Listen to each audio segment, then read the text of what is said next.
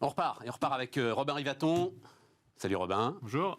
Économiste, entrepreneur, fondateur de Real Estate. Et alors, tu as publié, c'était un papier récent dans Les Échos, ouais. autour du logement, et autour, en fait, de ce qui semblait pour moi... Alors, je me suis beaucoup intéressé à un moment au sujet du logement, et puis j'ai plus ou moins laissé tomber parce que je trouvais qu'on tournait totalement en rond. Mais il y avait un truc qui me semblait quand même assez basique, c'était notamment autour des besoins. Et autour de ce chiffre, c'est vrai qu'il fait autorité absolument partout. Il faut 500 000 logements chaque année, il faut construire 500 000 logements chaque année. Alors on se désole, parce qu'à un moment on dit il y en a 250 000, à un moment, etc. Tu dis tout ça ne correspond à rien. Tout ça ne rime à rien. C'est vrai Explique-moi un peu ton propos. La cible des 500 000 logements, c'est un chiffre mythique qui n'est pas atteint de toute façon. Donc en fait, comme jamais. tous les Sans chiffres... doute une fois avec François Hollande, je crois. Ouais, et puis après, encore une fois, ce sont les autorisations d'urbanisme, sauf que les autorisations d'urbanisme ne sont pas les mises en chantier, les mises en chantier ne sont pas les logements finis, et les logements finis ne sont pas les logements nets des destructions pour construire ces logements. Donc le chiffre n'a jamais atteint, et comme tous les objectifs qui sont trop ambitieux, c'est la meilleure façon de rien faire. C'est-à-dire que comme on sait qu'il est inatteignable, on ne l'atteint pas, et au final, c'est pas grave. Donc le sujet aujourd'hui, effectivement, ce qui nous intéresse, ce qui devrait nous intéresser, c'est que c'est l'augmentation du stock de logements. C'est-à-dire que la construction, on ne construit pas pour le plaisir de construire, on construit des logements pour augmenter le stock, pour répondre à des besoins de la population face à cette construction-là. Et aujourd'hui, on a un vrai sujet, c'est que l'immobilier ne devrait pas être un produit rare. C'est la philosophie, le fondamental derrière, c'est que l'immobilier, ça devrait être un produit qui devrait être accessible à tous. Il n'y a aucune raison que les ménages dépensent en moyenne 20-25%, et pour la plupart d'entre eux, plutôt 35 à 50% de leur budget dans du logement. Le logement, c'est facile à produire. C'est une absurdité de... Non, mais je dis ça parce que c'est bien de le rappeler. C'est-à-dire qu'autant construire des voitures électriques ou des choses compliquées, le logement, on sait en faire depuis 300 ans proprement. Si les immeubles haussmanniens tiennent encore aujourd'hui, c'est qu'on sait faire à peu près du logement. Donc le sujet, c'est qu'on n'en produit pas assez pour augmenter le parc. Et ce parc, ce stock de logements, aujourd'hui, il doit permettre d'accueillir une population en hausse. La population française est en hausse, jusqu'à preuve du contraire. Une population qui décohabite. Ça veut dire quoi la décohabitation ? C'est-à-dire que le nombre de personnes par ménage diminue.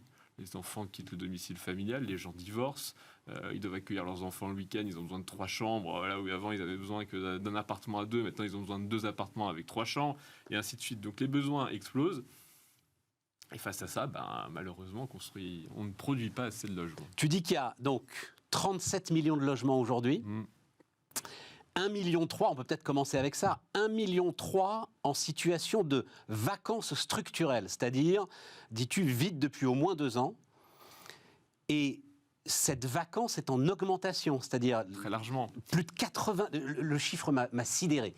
80, dans la période dans laquelle on est, enfin, le moment de mal logement dans lequel on est, c'est 90 000 par an de ces logements qui rentrent en vacances structurelles.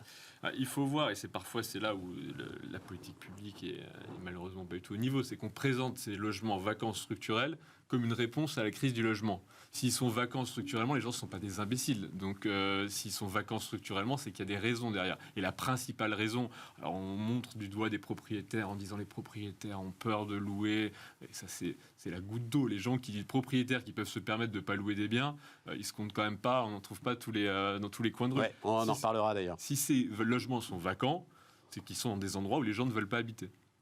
Et donc, s'ils sont dans un endroit où les gens ne veulent pas habiter, on peut forcer les gens à se déplacer dans les endroits où ils ne veulent pas habiter. Ça a déjà été essayé sous d'autres régimes, mais je ne pense pas que ce soit une politique publique qui soit extrêmement rassurante. Et donc, en fait, au bout d'un moment, il faut accepter qu'on a des logements qui sont en trop. Certes, on les a, ils sont trop, ils sont dans des zones qui sont la Lorraine, qui sont le centre de la France, qui sont au nord de la Bourgogne-Franche-Comté. Ces zones-là, elles sont vides. Les gens, aujourd'hui, ils héritent d'une maison, parfois en indivision. Qu'est-ce qu'ils font ? Ils la font détruire pour ne pas payer une taxe foncière dessus. C'est ça la réalité du logement. Donc en fait, oui, on a 1,3 million de logements qui sont vides. Plus de 2 ans, c'est-à-dire qu'ils ne seront jamais reloués en réalité. Ces logements-là, leur nombre croît extrêmement vite, 90 et peut-être 100 000 demain. Ils sont des territoires où la population est en train de vieillir à un rythme accéléré, où il n'y a pas de naissance, il n'y a pas de migration de jeunes qui viennent s'y installer. Donc il faut accepter que demain, on aura peut-être 2 millions, 3 millions de logements vacants. Mais ça ne résout en rien Le problème, qui est qu'en Île-de-France, sur le pourtour méditerranéen, sur le pourtour atlantique, là, on a besoin de logements.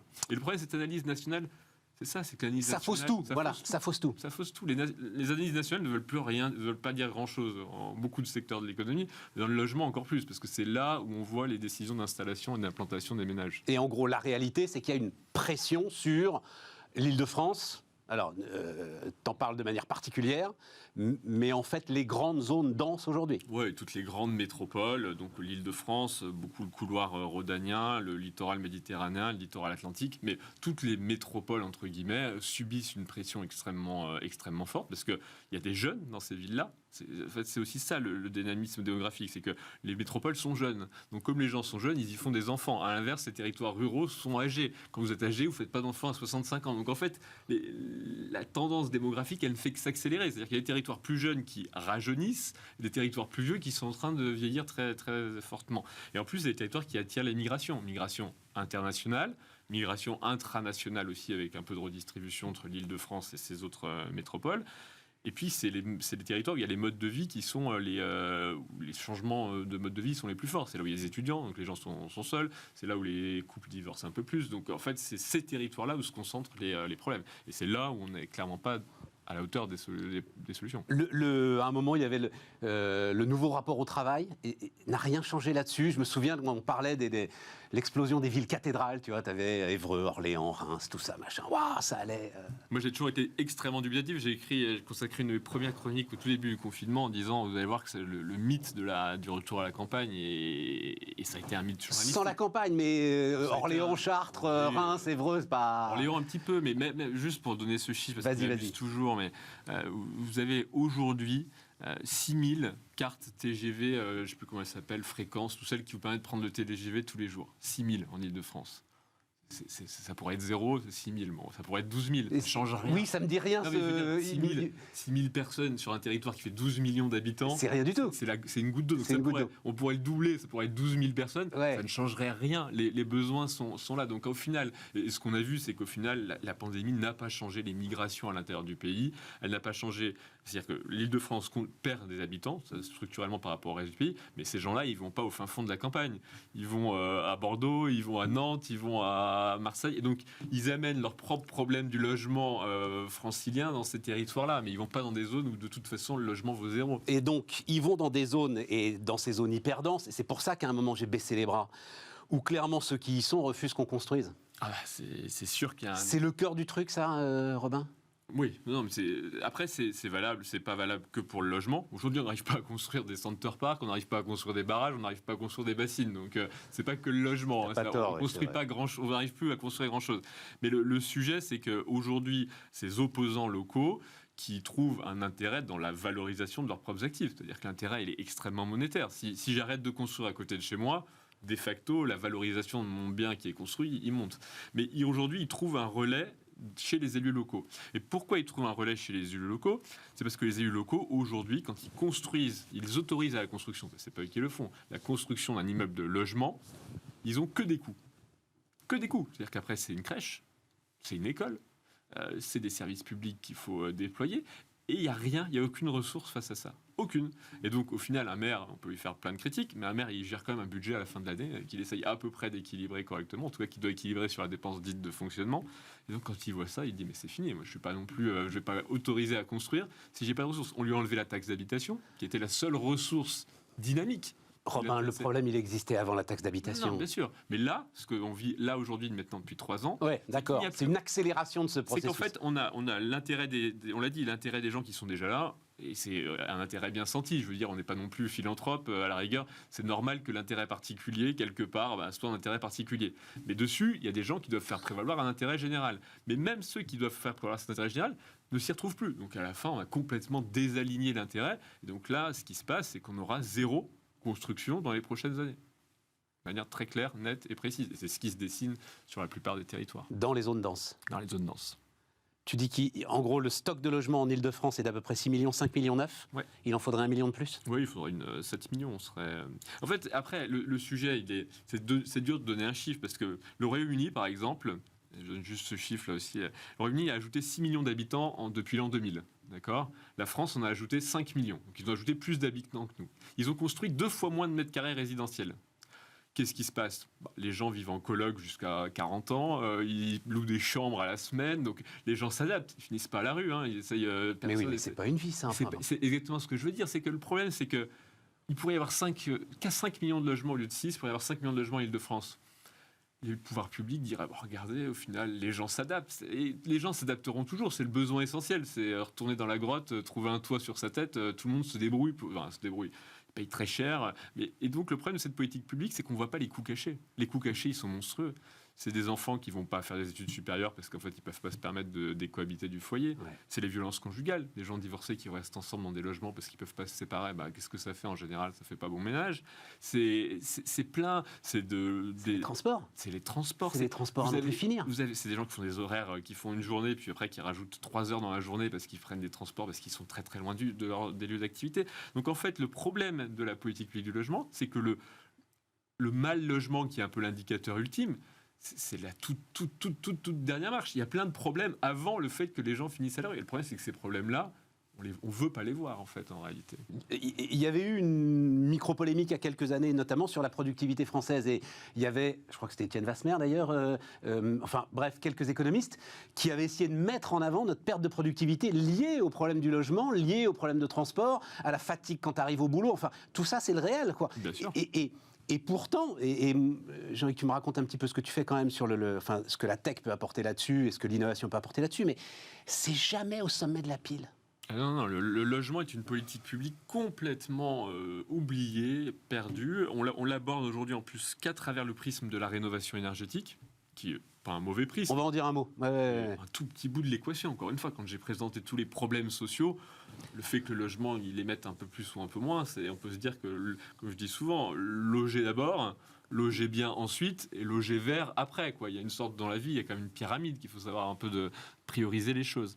Et donc aujourd'hui, une politique publique qui effectivement est malheureusement totalement oubliée, passée sous silence, mise au rebut. Mais même pas dans les sondages. C'est-à-dire, c'est même pas identifié finalement par les gens comme.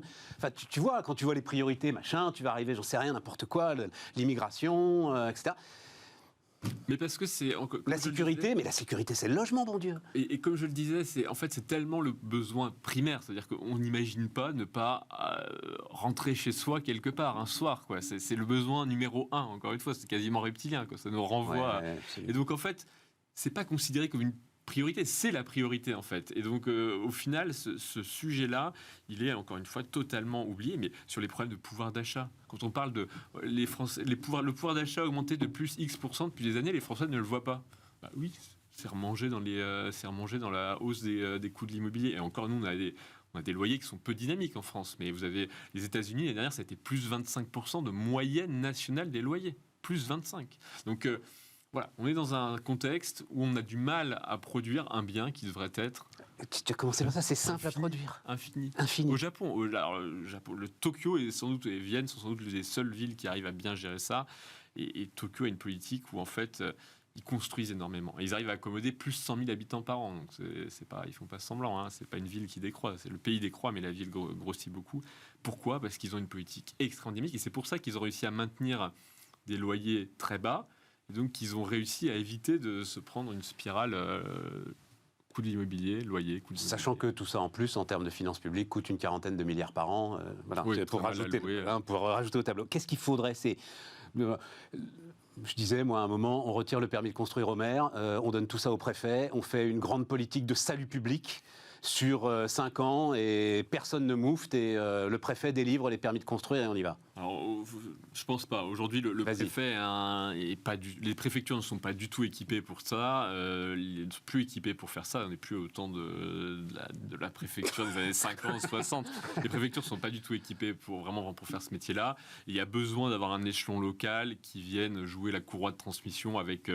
encore une fois, si demain on construisait un immeuble de 50 étages devant chez mes fenêtres, je serais le premier à mettre une bannière. Mais c'est bien pour ça qu'il faut retirer en fait à l'élu la possibilité de refuser. changer. L'élu est capable de prendre en compte un intérêt général. Le problème de l'élu, c'est qu'il faut qu'il y trouve un intérêt. S'il n'y a pas du tout d'intérêt lui-même, de son pouvoir, alors pas de son point de vue, on ne lui demande pas d'être corrompu, on lui demande de sa collectivité, mais si du point de vue de la collectivité qu'il incarne, il n'a pas d'intérêt, aujourd'hui il n'a plus cet intérêt, il ne peut pas aller à l'encontre des citoyens. Et donc aujourd'hui, moi, c'est des propositions. J'avais écrit en février logement bombe sociale à venir. Ça a été repris par le ministre dans le lancement du Conseil national de la refondation. Il a dit qu'il faut éviter que le logement devienne une bombe sociale. Très bien. Et une des propositions que je porte, c'est de dire qu'il faut réaligner l'intérêt, faire en sorte que les maires retrouvent un intérêt financier pour leur collectivité, encore une fois, à la construction de logements neufs. Et c'est à cette condition-là.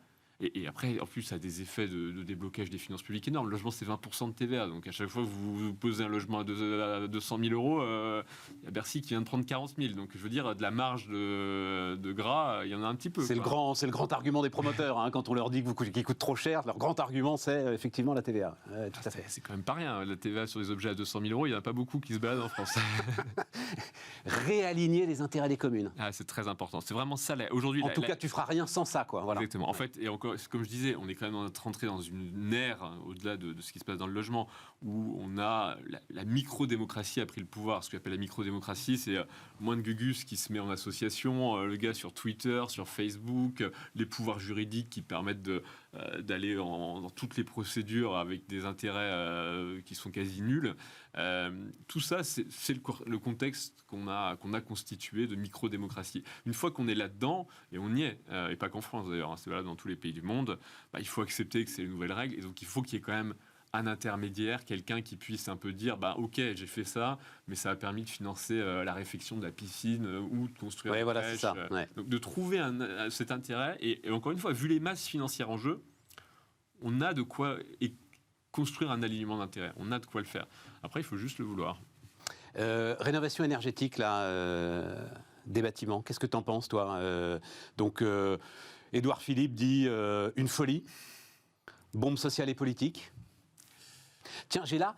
attends, juste, parce qu'il se trouve que ce matin, un téléspectateur de Bismart m'a envoyé... récit de terrain d'un copropriétaire bailleur, président de conseil syndical et syndic bénévole d'une copropriété de 27 lots à Paris, construite entre 1850 et 1900. Et en gros, son propos, il est assez simple. Il est de dire, le propriétaire individuel ne peut absolument rien faire tout seul, et la copropriété, en fait... peut tout bloquer. Bloque tout parce qu'elle se dit, c'est une telle bombe que de toute façon, ils vont reculer, ça sert à rien de commencer à faire les travaux. Voilà. Et alors, il raconte son parcours du combattant, je vous en fais grâce, mais pour essayer quand même de faire avancer sa copropriété. Mais ça m'a semblé effectivement le truc où chacun se dit, mais c'est tellement énorme que forcément ils vont reculer. Ah ouais, alors c'est possible, c'est pas impossible, on va dire. Alors d'une part, il y a déjà eu des caveats qui ont été pris sur la loi, c'est-à-dire que c'est les nouvelles locations qui sont interdites. Absolument. C'est pas toutes les locations. Pas le renouvellement des baux. Un propriétaire qui louerait son logement, c'est un habitat qui n'est pas considéré comme indigne. Indigne, c'est une qualification pénale. Là, vous êtes sur un habitat qui est considéré comme énergivore, qui est une qualification non pénale. Donc vous voyez déjà qu'il y a eu un certain nombre de glissements qui font que l'application et puis l'application concrète de la loi, c'est-à-dire que qui va aller vérifier derrière chaque annonce que c'est bien personne. Donc évidemment, c'est un peu ce qui commence à se dire, et c'est un peu le problème des objectifs trop ambitieux. Toujours la même chose. Quand on fixe un objectif trop ambitieux et que tout le monde sait qu'on ne va pas l'atteindre, l'objectif n'existe plus par lui-même. Il disparaît, il se dissout. Et donc c'est un peu ce qu'on est en train de vivre, avec aussi des effets de bord. C'est-à-dire que vous faites peser plusieurs milliers, voire dizaines de milliers d'euros de valeur de patrimoine sur un acte qui vaut 100 balles. Pas besoin d'être un grand clerc pour imaginer ce que ça peut faire en termes de contournement. C'est quoi l'acte qui vaut 100 balles? C'est le diagnostic. Ah oui, le DPE. Ouais. Oui. Peut-être récemment pour dire qu'il y a une partie de DPE était faux, mais on est rentré dans un système qui est tellement gros, qui fait bouger des masses tellement importantes et avec des effets qui sont tellement rapides que ça ne peut pas, c'est un paquebot. Donc un paquebot, ça ne fait pas faire des demi-tours comme ça. Et après, il y a un dernier sujet sur la rénovation qui mérite d'être pointé aussi. C'est que, alors, un peu moins avec le coût de l'énergie et de l'électricité assez fort jusqu'à présent, maintenant, mais jusqu'à présent, il y avait un énorme effet rebond. L'effet rebond, c'est quoi? C'est que les gens augmentent le chauffage. C'est tout. C'est-à-dire qu'ils dépensaient 100 euros, ils font les travaux, ils continuent de dépenser 100 €, mais ils ont passé le chauffage de 19 à 21 degrés. Et ça, c'est un peu un impensé de la rénovation. Personne n'ose trop en parler. Ah oui, j'avais jamais entendu ça. Il y a des études qui ont été menées, parce que toutes les études qui disent vous allez rembourser en 10 ans, en 15 ans, les travaux et autres, c'est si vous baissez, si vous gardez votre niveau de chauffage. Mais l'effet rebond, c'est que les gens aiment se chauffer plus. Et donc, il y a une dimension de confort qui est assez négligée dans cet exercice-là. Et on a montré qu'au final, avec cette augmentation, cet effet rebond, la réalité de la baisse de la consommation induite par la rénovation énergétique des bâtiments, elle est quand même parfois assez limitée. Un mot sur la définition de cet effet rebond, c'est notamment dans toutes les politiques en ce moment ESG, c'est la façon dont une très bonne intention peut amener en fait un résultat. On me le racontait hier, c'est ce qui est en ce moment en train de se passer avec McDonald's, avec l'obligation d'avoir de la vaisselle réutilisable dans les fast-foods. Le problème, c'est que les gens partent avec et que donc en fait, il faut produire beaucoup plus de matière plastique pour avoir ces produits réutilisables. Mais bon, c'est peut-être juste un moment. Qu'est-ce que peut faire la tech, Robin? Qu'est-ce que les solutions technologiques sur lesquelles tu travailles, toi, en tant qu'entrepreneur, peuvent essayer d'apporter? Nous, on travaille vraiment pour les très gros gestionnaires de patrimoine. Donc, c'est là où il y a plus de facilité, parce qu'il y a moins cet effet rebond, il y a plus de rationalité. C'est un très gros gestionnaire qui doit gérer Donc, nous, on l'aide à mieux gérer au fait de l'intelligence artificielle appliquée au bâtiment. Donc, on va capter des données dans les documents, des données dans les plans, et on va l'aider à mieux gérer le patrimoine en automatique, c'est-à-dire les travaux, l'arbitrage entre est-ce que je vais faire des travaux dans cet immeuble, est-ce qu'il va me rapporter assez, donc toutes ces choses-là. Donc ça marche très bien. Aujourd'hui, on est 130 personnes, donc ça commence à faire une belle petite boîte. Mais après, sur la tech elle-même, encore une fois, le problème, c'est un problème de construction. Ouais. Certains vont dire, mais le foncier est une ressource rare. Le foncier est une ressource rare, certes, ça c'est vrai. Mais la surface de plancher, elle est infinie. Je veux dire, on ne va pas construire des immeubles de 2000 étages, mais si le foncier est rare, la solution, c'est de construire un peu plus d'étages. Et je dis souvent ça, mais Haussmann construisait d'abord à 6, puis à 7 étages. Aujourd'hui, en Ile-de-France, les permis sont délivrés entre 3, 4, 5 maximum étages. La population a été multipliée par 5 dans l'intervalle. Est-ce qu'on ne peut pas à un moment se poser la question et se dire, très bien, 3, 4 étages, c'est sympa, mais l'étage marginal, le désagrément qu'il crée, il est quand même pas énorme. Et par contre, il vient de diviser le prix du foncier par 25%. C'est-à-dire que je passe mais bien sûr. C'est des effets qui sont monstrueux. Et donc le problème, c'est qu'on est vraiment dans une logique où aujourd'hui, on est incapable de dire, mais en fait, il n'y a pas une construction en Ile-de-France, ça devrait être 30 mètres et pas en dessous. Parce que c'est ça ce qu'il faut. On a besoin de ces logements-là. Donc le foncier est rare, certes, mais la surface de plancher, elle n'est pas rare. Encore une fois, on peut augmenter. Bon, j'aurais pas eu le temps de te poser la dernière question que j'avais préparée, mais comme je l'ai dit en sommaire, je n'aurai pas le temps et je réinviterai Robin. Mais donc c'était en mars 2015 que j'avais fait ta connaissance avec un bouquin qui s'appelait La France est prête. Je me demandais si 8 ans après, on en reparlera malheureusement. Tu continues à penser que la France était prête. Elle était peut-être pas si prête que ça, c'est ça la conclusion? Une partie de la France est prête, on va dire. Une partie de la France est prête. Merci beaucoup Robin. Romain Rivaton, donc, qui était avec nous sur Bismart. Demain, Aurélie Planex. Et nous, on se retrouve lundi.